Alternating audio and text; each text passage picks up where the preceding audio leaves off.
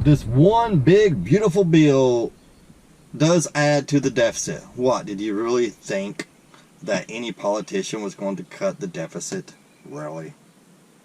It adds to the deficit. Already 37 trillion in debt.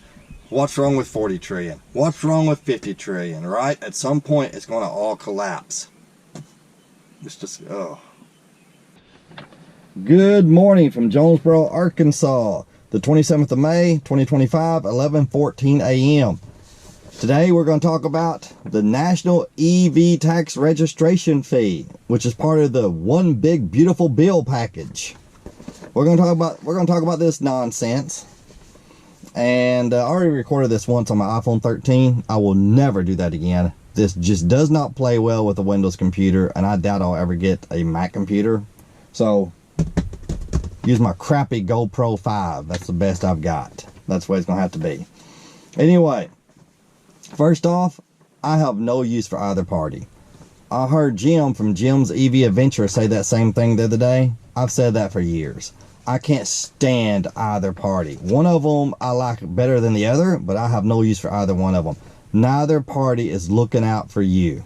Neither one of them.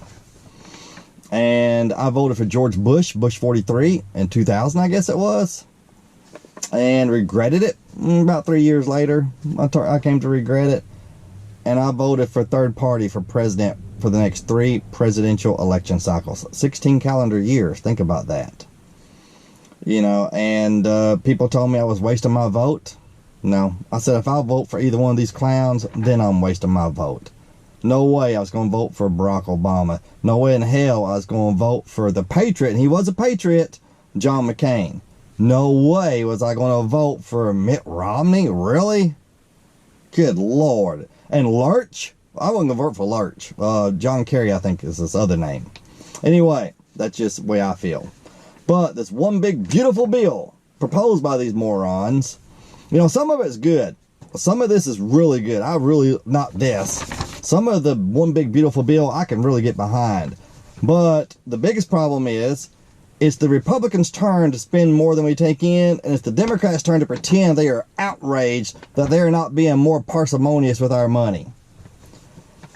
Last 4 years, the snollygosters in the White House, Joe Biden and his crew, it was their turn to spend like drunken sailors, and the Republicans' turn to pretend they were outraged about it. Next time Democrats are in charge, if you think that they're going to cut spending, you're nuts. They'll spend even more, and the Republicans' turn to pretend like that they're outraged by it. Both parties suck. Just one of them sucks a little bit less than the other, in my opinion. Okay, let's look at this from an EV standard. Just going to cover the EV part today. I got notes. I normally don't do that. I normally just speak what I feel, but I didn't want to miss anything today. So, proposed EV fee. If this passes the Senate, as it is, and the president signs it, it will be law. $250 a year registration fee to the federal government, $100 for hybrids, $250 for electric cars. One of the biggest problems I have with this, and nobody else has talked about this that I've seen. I've watched a few of my regular YouTubers, and they've bitched and moaned about this, but they've missed one point in my opinion. So much so I thought, maybe I'm mistaken, but I'm not. I think a lot of people just hadn't thought about it. The worst part of this is, it's another new way to tax us. A brand new way to tax us they've never done before. You cannot give these massive tax and spend government people a new way to tax us. They've never done a national registration fee on vehicles before. You can't let them have that. We cannot. Because once they get their claws in it, it'll just get worse and worse. EV haters are celebrating. They're like, yeah, it's about time they pay their fair share. They're coming after you. If this comes through, this comes to be, I guarantee you. You think they're going to let your car sit there and not get a registration fee against it? No, they're coming after you. Give it a few years or a decade, and you too will be paying a national registration fee. Not as much as us, but you will pay it. I guarantee it. These idiots in Washington are not going to leave your money in your pocket if they can keep you from it. Because they truly believe all money belongs to them. and what they allow you to keep is by their good gracious. I heard somebody else say that once, and that is absolutely true. All money belongs to them, and what they allow you to keep is just because they're a little bit benevolent. Okay, now let's take a look at this $250 fee. Is that fair? Is that equitable? The federal gas tax is 18.4 cents. Used to be the same as Arkansas, but Arkansas raised theirs to like 24 cents a gallon recently. So 18.4 cents. All right, let's look at these numbers. The average yearly ICE vehicle stats. Cars drive on average, according to the government, 13,596 miles. That's your average. The average car gets 24 miles to the gallon. 566.5 gallons purchased by the average car owner. So the average car gets 567 gallons of fuel pumped into it every year. Doing simple math, that comes out to $104.24 federal gas tax per vehicle. So how in the hell is $250 supposed to be fair? And this is using 24 miles to the gallon. I could easily get a car that does 40 and 45 miles to the gallon. If I got a good hybrid, 48, it'd be about $52 a year in gas tax. How is that fair?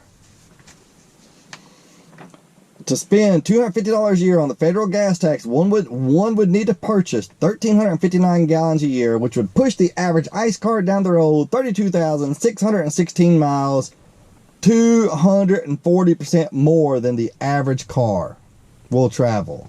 That's 240% more than what it should be. It's absolutely insane, and that's using average numbers. Some people may be more, some less. If the goal is to ensure EV owners help pay for the roads, which we should pay for our share of the roads, we should.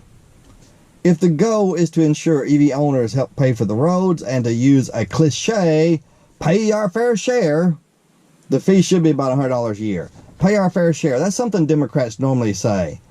They say, we gotta make sure the rich pay their fair share. The evil, disgusting rich people gotta pay their fair share. I guess Republicans are taking, a little bit of cue from them. Okay, Republicans. Sound like Democrats there, but you go ahead. Okay, bye-bye incentives. The $7,500 tax credit will go away. Bye. It'll go away for any manufacturer that has sold more than 200,000 EVs, so pretty much everybody. Maybe Toyota will be out there for a little bit, or Honda. Myself, I don't care as much about this because I'm against all tax credits. But if we're going to give credits for everything under the sun, we might as well give it for EVs as well. I mean, yeah, get rid of the EV $7,500 tax credit, but get rid of all the credits to Exxon and Chevron and all the big oil companies. Get rid of the mortgage tax credit. Get rid of the child tax credit. Fine with me. I believe in the flat tax. I would love a flat tax. Politicians will never do that because the tax code gives them too much power. They can punish people on things that they don't like, and they can lift up people on things that they do like. Yes, I believe all tax credits should be suspended. Every single one. If you want an individual tax credit, that's fine.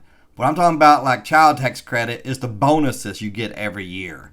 And I know the politician does that will be signing his death warrant. I'm not running for office, so I can say it. That should go away. The EV tax credit should go away. Big oil credit should go away. Individual tax credits, like, you file your taxes and it's you and your wife and your two goofy kids, you can take a deduction for them. So that's different, a deduction. Deductions are fine as far as personal deductions, and that should be it. Yeah, your mortgage, you should not be able to take it off your taxes if I had my way. But if everything is going to get a credit and a deduction, EVs might as well too. So yeah, I don't like the fact that this is going away only because everybody else gets to keep their credit. So let's move on. States must comply, and this is the way it's going to work. See, we already do registration through the state. Probably every state does this. I'm sure it does. You do registration. I think something like, I don't know how many, getting close to half the states that charge an EV fee. Arkansas does $200 a year, which is ridiculously insane, too much. But the federal, slow down. the federal government is going to force the states to comply with this and to get this money for them. And when you go get your car registered, you'll pay both registration fees, the government and state and federal government. Now, look what it says here. The U.S. government will charge the state 125% penalty if they decide to opt out. So if the state just says, we're not doing it, then the government is going to charge the state 125% of this $250. So this, you think they'd be happy if it's just their $250, but no, they want to punish the states that would figure out a way to pay for this so that the owners don't have to. They want to punish them. They want to make sure that the owners are paying this, because whoever put this in is probably just an EV hater and does not want EVs out there. It's amazing that they have become so political. That just shows how stupid our system is in Washington, and it shows how goofy people are in general to politicize electric cars. The problem is we treat political parties now like we used to treat sports teams. My whole life, your sports team, let's say they're the Dallas Cowboys. My whole life, if somebody loved the Cowboys, they didn't care if they won on a bad call as long as they won. We're talking about 99% of the fans. They didn't care as long as they won. They didn't care if there was holding on that last call where they got a touchdown and won. They only cared about the victory. That's all they cared about. 99% of the fans. We treat political parties the same way now.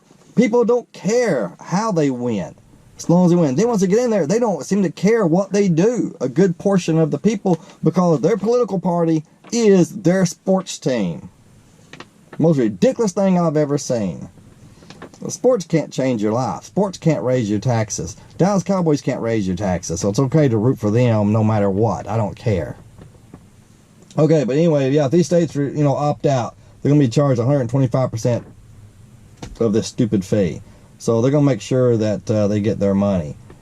And yes, we do have registration at the state level, but not the federal level. We can't let them have a new way to tax us. Just can't do it.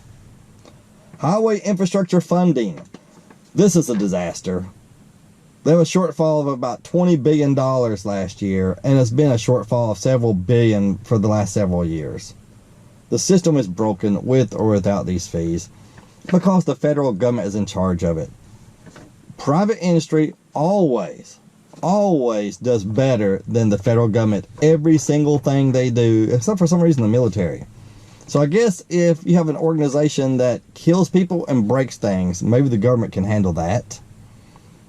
Every organization out there, a private industry, could do it better. Every single time. A private industry can run the prison system better. I think a private industry could run the school system better. A private industry could probably run the highway system better. For one thing, they could actually fire employees. Apparently, the only way you can get an employee fired these days is how Donald Trump do it, a federal employee. And then all hell breaks loose. Fire one person and all hell breaks loose. But anyway, yeah. The first thing, I don't want to get in that. Okay, New York Times study. I can't believe I'm quoting the New York Times, but I'm warning you up front. You can't trust anything they say. The New York Times is dishonest. I might as well be quoting the Huffington and Puffington Post. I wouldn't be much difference. But every once in a while, even the dishonest people get something right. Okay, all my equipment sucks. Evidently, it stopped recording in the car and I didn't even realize it. At least we're on the last bullet point. The New York Slime Study. It says their study shows that by 2030, EV sales will make up 24% of all new car sales if this bill becomes law, but 40% if it does not. I have no idea if this is true. I doubt they know. But anyway, I don't trust the New York Slimes. So it's just as simple as that. And no, anytime I mention the left-wing media, somebody says, what about Fox News? I don't trust them either. I don't trust any of them. Fox News cheerleads Donald Trump. They don't look for the truth. Not always. CNN, PMS NBC News, NBC News, ABC News, New York Times, Huffington and Puffington Post. None of them look for the truth.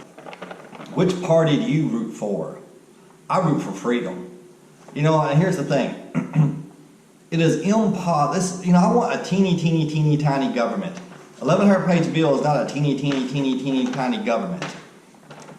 It's not, because Freedom and government cannot grow together. Neither can they shrink together. It's impossible. As government grows, freedom shrinks. As freedom grows, government shrinks. It is impossible for them to grow or shrink together. They will always do the opposite of each other. As one grows, the other shrinks. Every single time. That's why, personally, I think the Articles of Confederation gave the federal government too much power. Okay, now I'm just being ridiculous, of course, purposely. But if you don't know, the Articles of Confederation was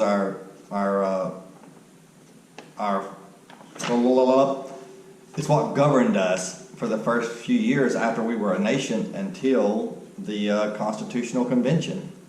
You know, a lot of people don't even know that the first few years we were around, we didn't even have an executive branch, no president. A lot of people don't even know that. Then Shays' Rebellion happened and we realized the Articles of Confederation was too weak. The federal government had no executive branch, they had no power to tax, they couldn't do anything. They were completely useless. Good, that's a good thing, right? Well, you got to have a government strong enough to protect you. We found that out in Shays' Rebellion. You know, so got to protect you from your fellow citizens and whatnot. But then who's going to protect you from government? You know, once they get too big. Anyway, teeny tiny government. That's what we should root for. Huge amounts of freedom. That's what we should vote for. And I don't mind paying my fair share, but this is ridiculous. This is extremely unfair. This is not right. This is not equitable. If we get this, I'm going to start saying ICE owners need to start paying their fair share. And be like, hey, you ICE drivers need to start paying your fair share. Maybe we'll finally get some recognition, right? As an EV driver. Maybe they'll say, thank you, EV driver. Thank you for paying more than your fair share toward the road. You think the EV haters are going to do that? Yeah, right. Whatever. Okay, so what's the solution?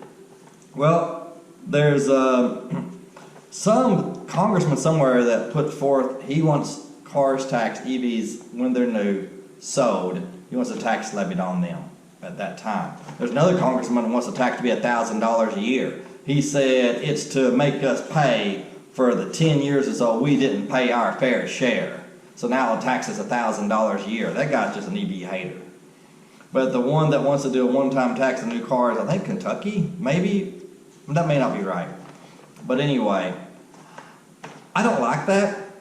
But at least it's not a new tax. At least it's not a new way to tax us. Like the gas guzzler tax, it's kind of the same vein with that. They still have that process where they tax certain cars $2,000 or $2,500 because they do horrible on gas mileage or something. You'd think they'd be happy because they're getting more gas tax, right? You would think the government would be happy, but no, they're not. And so anyway, just add it to the sticker price. Even if it's $2,000, at least it'd be over. At least once you pay it, it's done.